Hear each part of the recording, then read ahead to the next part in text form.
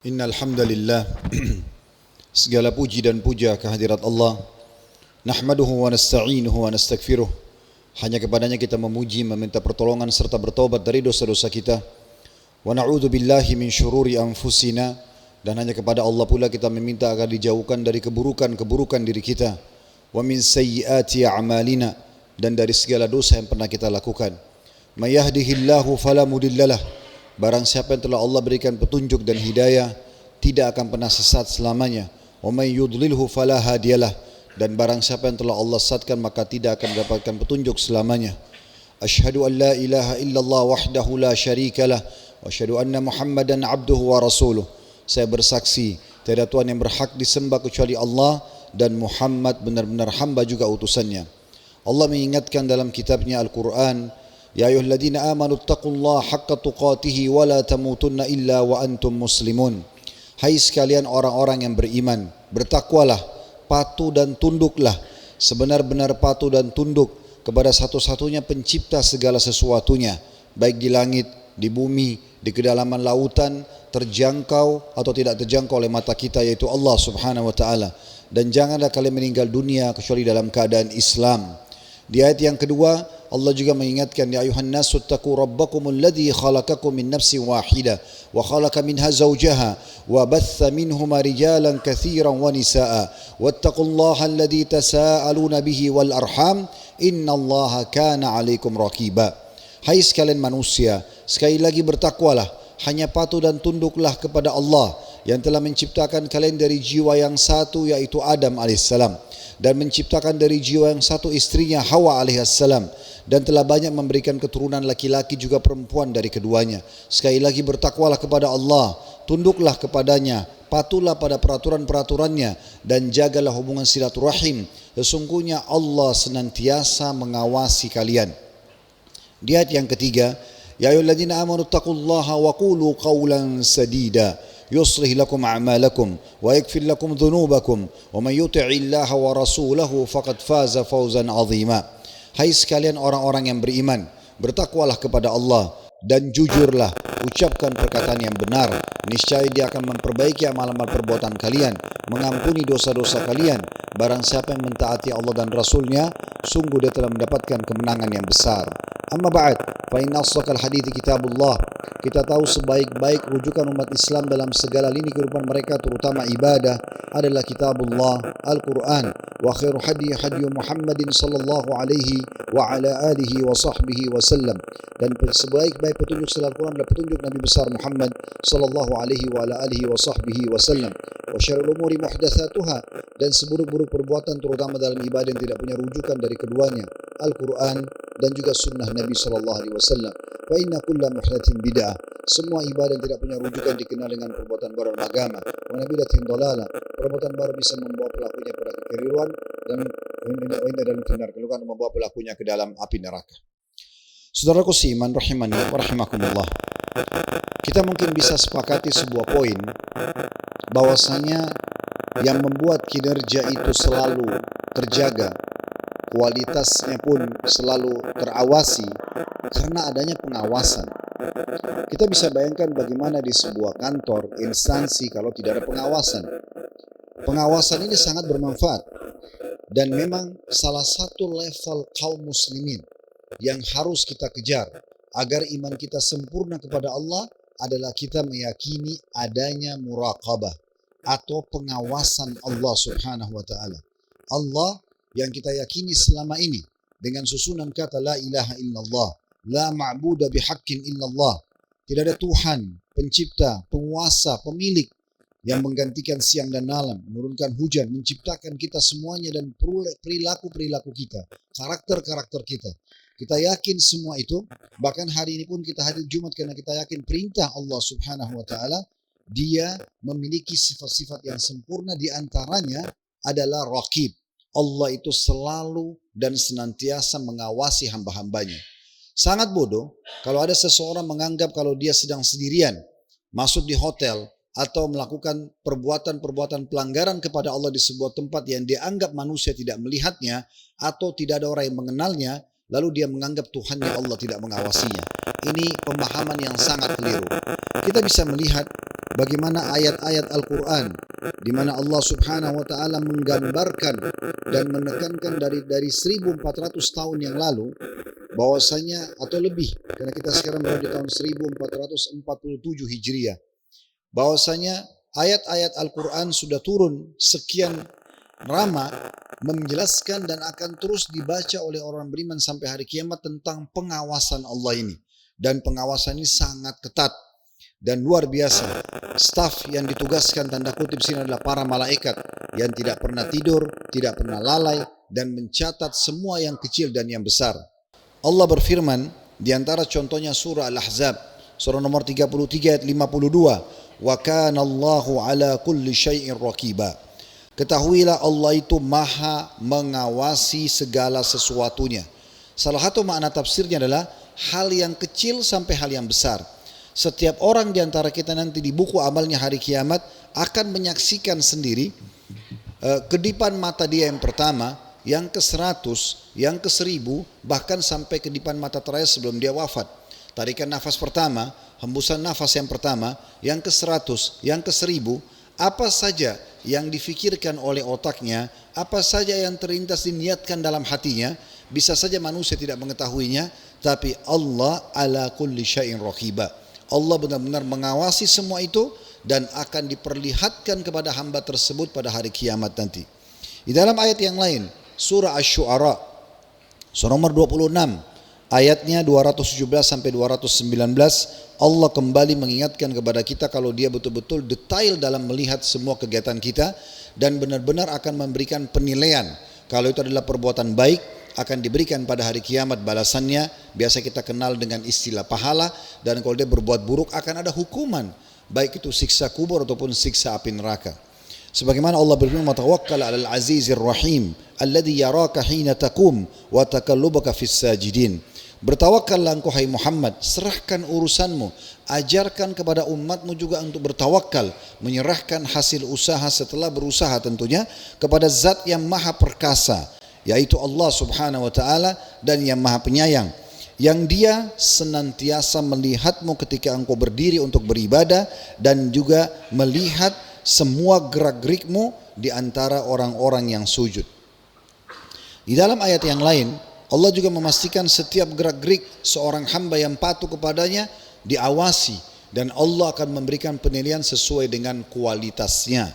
Dalam surah Yunus, surah nomor 10 ayat 61, Allah berfirman, وَمَا تَكُونُ فِي شَأْنٍ وَمَا تَتْلُ مِنْهُ مِنْ قُرْآنٍ وَلَا تَعْمَلُونَ مِنْ عَمَلٍ إِلَّا كُنَّا عَلَيْكُمْ شُهُودًا إِذْ تُفِيدُونَ فِيهِ وَمَا يَعْزُبُ عَنْ رَبِّكَ مِنْ مِثْقَالِ ذَرَّةٍ فِي الْأَرْضِ وَلَا فِي السَّمَاءِ وَلَا أَصْغَرَ مِنْ ذَلِكَ وَلَا أَكْبَرَ إِلَّا فِي كِتَابٍ مُبِينٍ. Kamu tidak berada, kata Allah, dalam satu kegiatan apapun, tidak membaca satu ayat dari Al-Quran, dan kamu tidak mengerjakan satu pekerjaan, melainkan kami pasti menjadi saksi atas dirimu di waktu kamu melakukannya. Tidak luput dari pengetahuan Tuhanmu Allah, biarpun sebesar atom di bumi ataupun di langit. Tidak ada yang lebih kecil dan tidak pula lebih besar dari itu, melainkan semua sudah tercatat di Lauhil Mahfuz. Dalam surah Al-Imran, surah nomor 3 ayat 5, Allah juga mengatakan, Inna allaha la yakhfa alaihi syai'un fil ardi wala fis sama'. Sesungguhnya Allah itu tidak ada satupun di langit dan di bumi yang tersembunyi baginya. Mungkin Anda merasa saya memiliki kecerdasan ekstra. Saya memiliki banyak orang-orang kepercayaan yang bisa saya perintahkan untuk menutupi apa yang sedang saya lakukan. Dari korupsi, dari manipulasi data, dari mungkin perzinahan, perjudian atau apa saja pelanggaran agama. Tapi Allah Raqib, Allah maha mengawasi. Berapa banyak orang yang bodoh tidak faham sehingga akhirnya dia pikir dia sudah sangat hebat dalam mengemas semua itu. Ternyata Allah membongkar dengan satu kejadian kecil.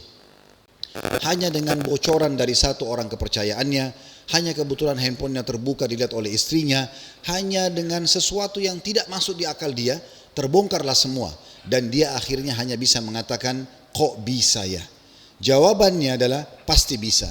Karena Anda sedang diawasi oleh Tuhan pemilik alam semesta ini. Sifatnya basir, maha melihat. Sifatnya sami', maha mendengar. Dan sifatnya alim, maha mengetahui segala sesuatunya.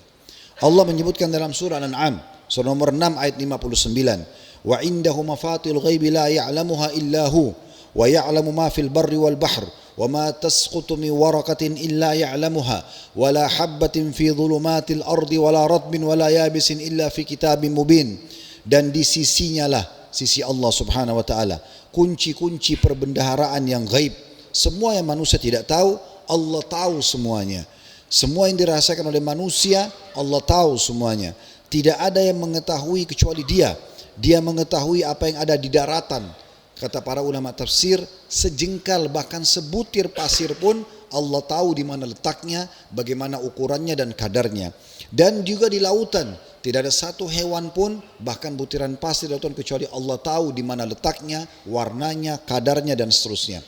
Tidak selembar daun pun yang jatuh kecuali Dia mengetahuinya. Tidak pula biji dalam kegelapan bumi, tidak pula yang basah, tidak pula yang kering, melainkan semua sudah tercatat di kitab yang nyata atau Lauhil Mahfuz. Ayat-ayat ini menjelaskan kepada kita saudaraku seiman bahwasanya kita harus menyadari salah satu yang menyempurnakan iman kita, kita harus tahu ada muraqabah, ada pengawasan ketat dari Allah Subhanahu wa taala. Tadi sudah saya sempat singgung, Anda bisa hebat mengemasnya dari sosok manusia, tapi Allah punya cara untuk membukanya. Apa kira-kira teman-teman sekalian, coba tanyakan diri kita yang bisa kita rahasiakan selama kita hidup. Anda yang hadir sini punya umur 30 tahun, 40 tahun, 50 tahun, 60 tahun. Coba introspeksi diri, apa yang sempat Anda rahasiakan dan sampai sekarang masih terjaga. Kalau itu kebaikan, Allah punya cara membongkarnya supaya jadi pelajaran bagi orang lain. Kita hidup atau kita sudah meninggal. Kalau itu buruk, Allah bongkar supaya memberhentikan kekejaman kita. Poin ini teman-teman sekalian adalah merupakan target khutbah Jumat kita. Bagaimana kita bubar dari sini, kita tahu salah satu level iman kita adalah muraqabah. Jangan terus-menerus membodohi diri sendiri, seakan-akan kita berbuat tidak ada yang mengetahuinya. Maka jadilah hamba Allah yang patuh kepadanya. Toh orang yang patuh tidak ada ruginya. Orang yang taat dan beriman bisa menikmati makanan yang enak, tapi konsepnya halal. Dia bisa menikmati mobil, rumah, pasangan yang hidup. Yang penting halal. Andai saja orang-orang beriman itu tidak bisa menikmati semua itu, nggak bisa biologis halal sehingga dia harus berzina, tidak bisa dia mendapatkan pendapat menikmati rumah yang halal sehingga dia harus maling misalnya, atau dia tidak bisa menikmati mobil yang mewah dari rezeki halal semua tertutup, maka boleh saja semua daging diharamkan misalnya, tidak ada lagi yang halal sementara tubuh kita membutuhkan protein hewani. Baru mungkin Anda wajar terjerumus dalam memakan babi misalnya atau hewan yang bertaring. Ini tidak. Semuanya bisa kita nikmati asal halal. Dan fahami baik-baik, semua yang halal jauh lebih banyak daripada yang haram. Haram itu sangat sedikit. Pada saat Allah haramkan babi, Allah ganti dengan sapi, kambing, ayam, kelinci dan semua hewan air. Lalu kenapa harus babi? Kalau Allah mengharamkan khamar, minuman keras, narkotika, Allah ganti dengan susu, madu, sirup. Ada banyak minuman tradisional seperti jamu misalnya. Kenapa harus khamar? Pada saat Allah haramkan zina, Allah buka pintu pernikahan. Ada solusinya, bukan tidak ada. Lalu pertanyaan, kenapa kita masih mau terlibat dalam pelanggaran tersebut? Sementara kita harus faham, pelanggaran atau bahasa agama dosa pasti ada konsekuensi hukuman. Dan jangan anggap remeh, Allah itu punya sifat memang Rahmanur Rahim. Maha pengasih, maha penyayang. Bagi siapa? Bagi orang-orang yang patuh. Atasan Anda akan sayang dengan Anda karena Anda berprestasi di kantor. Tapi Allah punya sifat yang lain, syadidul iqab, berat hukumannya bagi para pembangkang. Keliru kalau Anda melakukan pelanggaran, Anda berpegang pada sifat Allah Ar-Rahmanur Rahim dan Anda lupa kalau Allah itu syadidul iqab. Allah itu berat hukumannya. Maka bodoh sekali orang kerja di satu perusahaan, dia ugal-ugalan karena menganggap atasannya baik sama dia dan dia yakin dia tidak akan dihukum. Satu waktu akan kena batunya. Oleh karena itu kita harus terus berakal teman-teman sekalian. Fahami baik-baik kalau ada pengawasan sang pencipta Allah Subhanahu wa taala. Allah tidak pernah melepaskan pengawasannya. Kita sedang tidur, kita sedang makan, kita sedang aktivitas. Hidup kita semua diawasi. Dimanapun kita berada, Allah bersama kita. Allah mengekalkan dalam surah Hadid.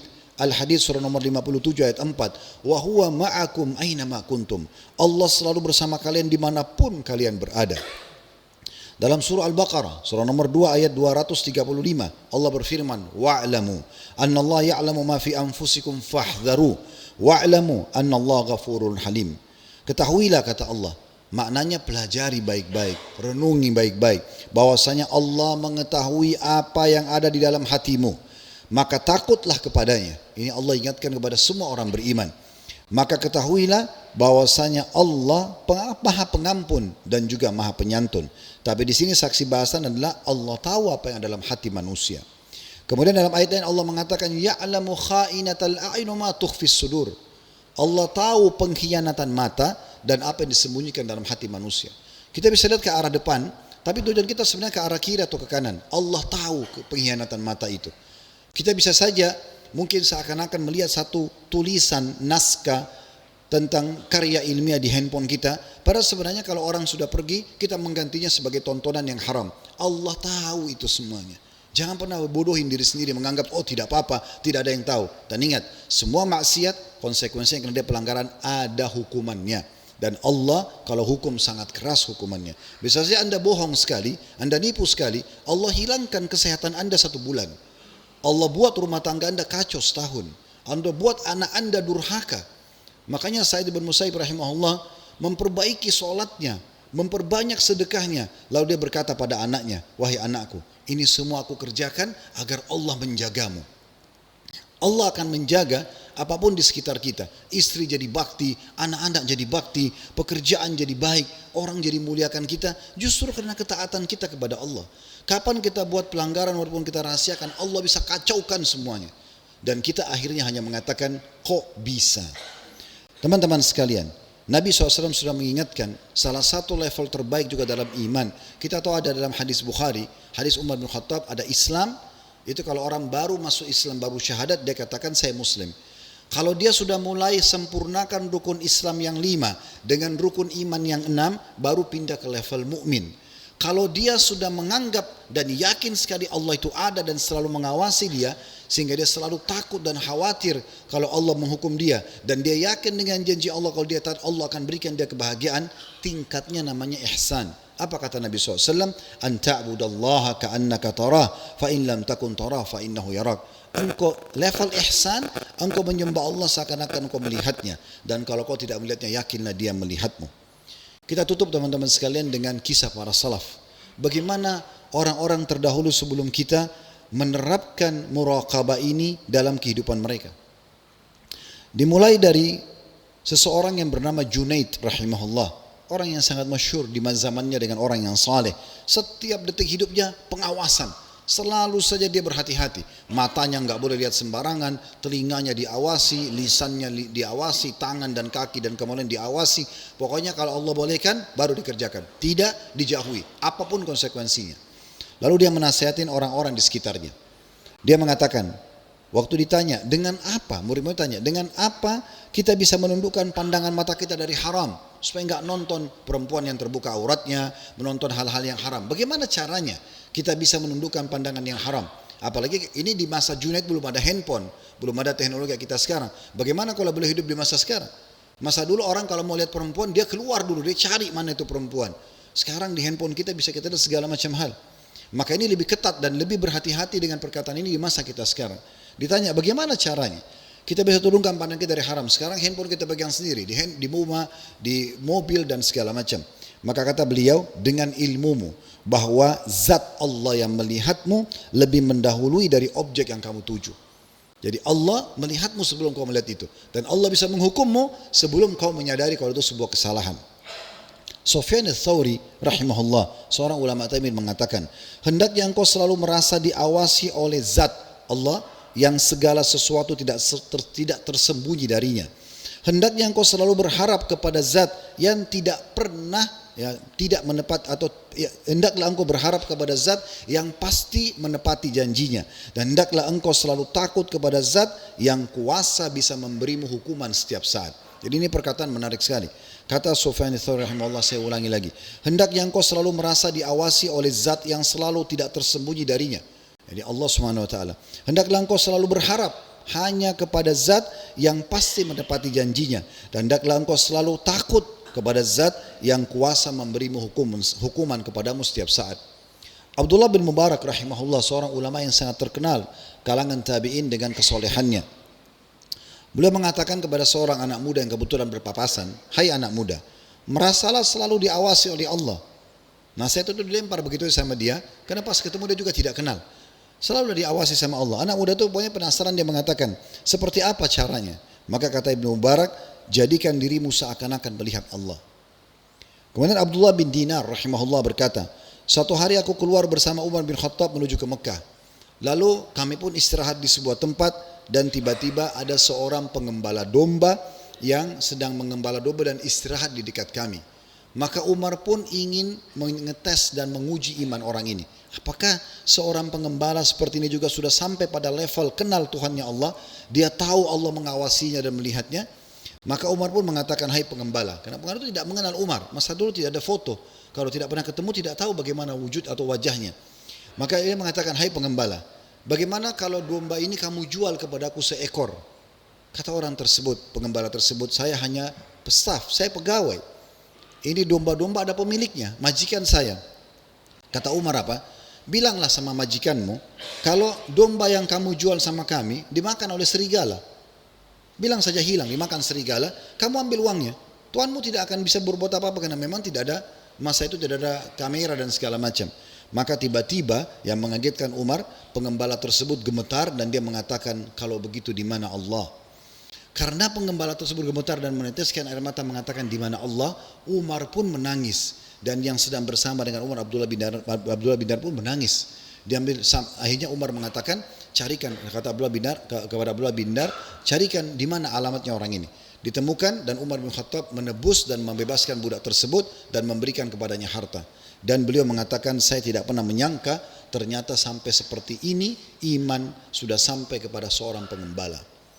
Zulaikha, wanita yang menggoda Yusuf, yang kita sangat kenal kisahnya dalam surah Yusuf. Di dalam kamarnya dengan kecantikannya, seorang wanita terhormat. Kita tahu kalau wanita kaya, terhormat, pasti menjaga dan merawat dirinya. Sampai sekarang dan sampai akhir zaman akan sama wanita.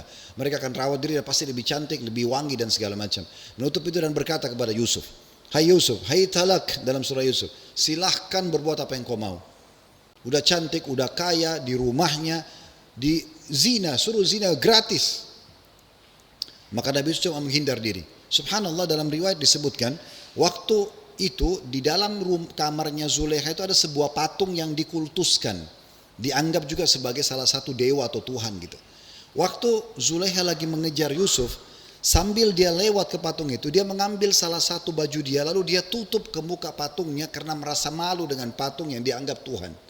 Maka Nabi Yusuf sempat berdiri, berhenti dan mengatakan, ada apa denganmu?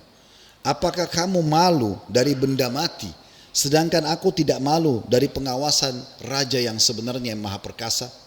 Maka Yusuf pun terus melarikan diri sampai Zulaikha merobek baju dari belakang dan dalam sampai akhir kisah tentunya. Seorang salaf pernah bersenandung, ini penutupan khutbah kita, dalam syairnya yang sangat masyhur. Semoga kita bisa ambil pelajaran dari sini. Saudaraku Siman, mohon maaf, saya bukan menggurui tapi saya ingatkan, khutbah-khutbah Jumat, ceramah-ceramah yang disampaikan oleh para guru-guru kita, para dai-dai kita, bukan untuk didengar telinga kanan keluar telinga kiri, bukan untuk dipuji dan dikatakan bagus atau tidak, tapi yang terpenting Anda tanya diri Anda, saya tersentuh atau tidak, saya merasa bertambah iman atau tidak, bisa mendekatkan diri kepada Allah atau tidak. Kalau itu ada, itulah target utamanya. Tidak perlu memuji siapa yang menyampaikan, karena memang kita tujuannya mendengarkan ceramah untuk itu. Ilmu itu tujuannya untuk menanamkan iman, dan iman kalau sudah datang semuanya berubah. Orang bodoh jadi pintar, penakut jadi pemberani, orang pelit jadi dermawan dan segala macam hal. Ambil ibrah itu. Sayang sekali setiap khutbah Jumat setiap pekan berlalu begitu saja dan tanpa menambah iman kita, tanpa meningkatkan kualitas ibadah kita, dan tanpa membuat kita taubat dari dosa-dosa kita. Penyair ini mengatakan, idza ma khalauta dahra fala taqul. Kalau seandainya kau satu waktu sedang menyendiri, jangan pernah kau ucapkan dalam dirimu, aku sedang sendirian. Dia mengatakan, idza khalauta dahra fala taqul khalautu. Kalau seandainya satu waktu kau sedang sendiri, jangan kau katakan aku sedang sendiri. Walakin kul alayya raqibu. Tapi bilang, ada pengawasku loh. Kamu harus bilang dengan dirimu sendiri, kau punya pengawas. Itulah Allah Subhanahu wa taala. Wala tahsabannallaha yakfalu sa'ah. Dan jangan pernah kau berpikir bodoh seakan-akan Allah itu lalai sesaat saja. Wala annama tukhfi alaihi yagibu. Dan jangan kau mengira bahwa engkau juga bisa sembunyi dan luput darinya. Aku qauli hadza, saya sudah mengucapkan perkataan saya ini, wa astaghfirullah li wa lakum, dan saya istighfar kepada Allah, mengajak jamaah istighfar kepada Allah, fastaghfiruhu innahu wal ghafurur rahim.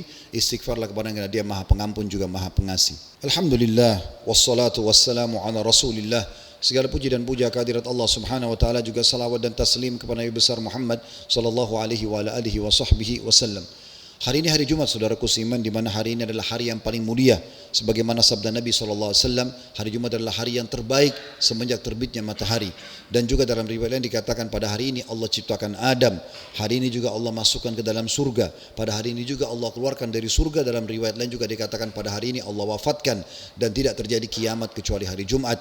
Dan Nabi SAW mengatakan, perbanyaklah salawat kepadaku di waktu itu, karena memang salawat kalian akan dihantarkan kepadaku. Lalu para sahabat mengatakan, ya Rasulullah, bagaimana salawat kami dihantarkan kepada anda sementara anda sudah dimakan oleh tanah, sudah wafat? Kata Nabi SAW, sesungguhnya Allah mengharamkan tanah, bumi untuk memakan jasad kami para nabi-nabi.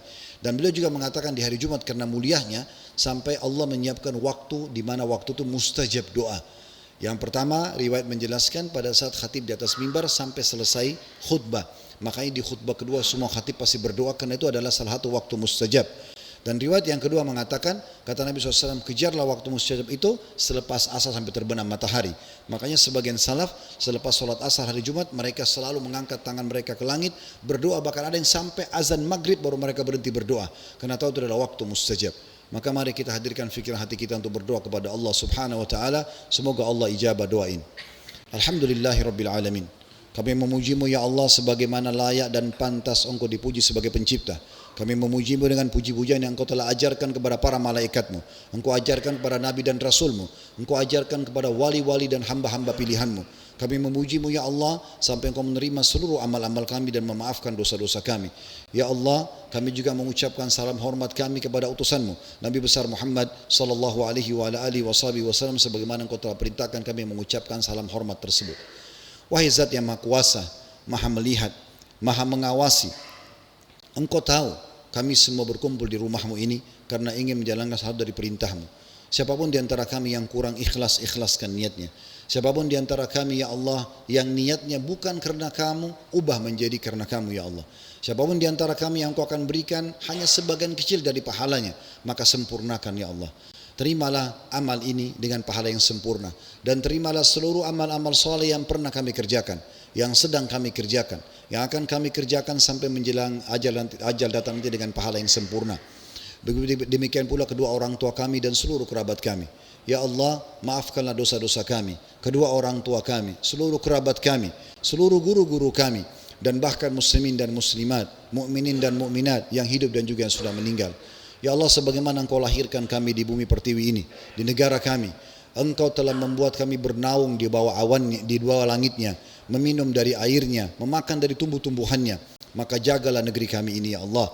Jagalah kemerdekaan kami, persatuan dan kesatuan kami. Berilah petunjuk para pemimpin menjalankan tugas dan amanah dengan baik, dan jadikan kami masyarakat bergotong royong dengan pemerintah menjaga nikmat besar kemerdekaan, persatuan dan kesatuan kami. Dan siapapun yang menginginkan keburukan bagi negeri kami, bagi agama kami, bagi keluarga kami dan diri kami, maka kembalikan tipu daya mereka kepada diri mereka sendiri. Ya Allah, saudara-saudara kami di Palestina, di Sudan dan beberapa tempat di muka bumi ini sedang tertindas. Ikhlaskan niat mereka. Terima para syuhada mereka, muliakan Islam di tangan mereka dan tangan kami, dan ikut sertakan kami bersama mereka di pahala, baik dengan doa, dengan harta juga dengan jiwa kami. Dan ya Allah, Rabbana atina fid dunya hasanah, berikan kami semua kebaikan di dunia, wa fil akhirati hasanah, semua kebaikan di akhirat, wa qina adzabannar, selamatkan kami dari api neraka, wa adkhilnal jannata ma'al abrar, masukkan kami ke dalam surga bersama orang-orang yang patuh. Ya Azizu ya Ghaffar, wa izat yang maha mulia dan maha pengampun ya Rabbal alamin Tuhan semesta. Wa sallallahu ala nabiyina wa habibina Muhammadin wa alihi wa sahbihi walhamdulillahi rabbil alamin.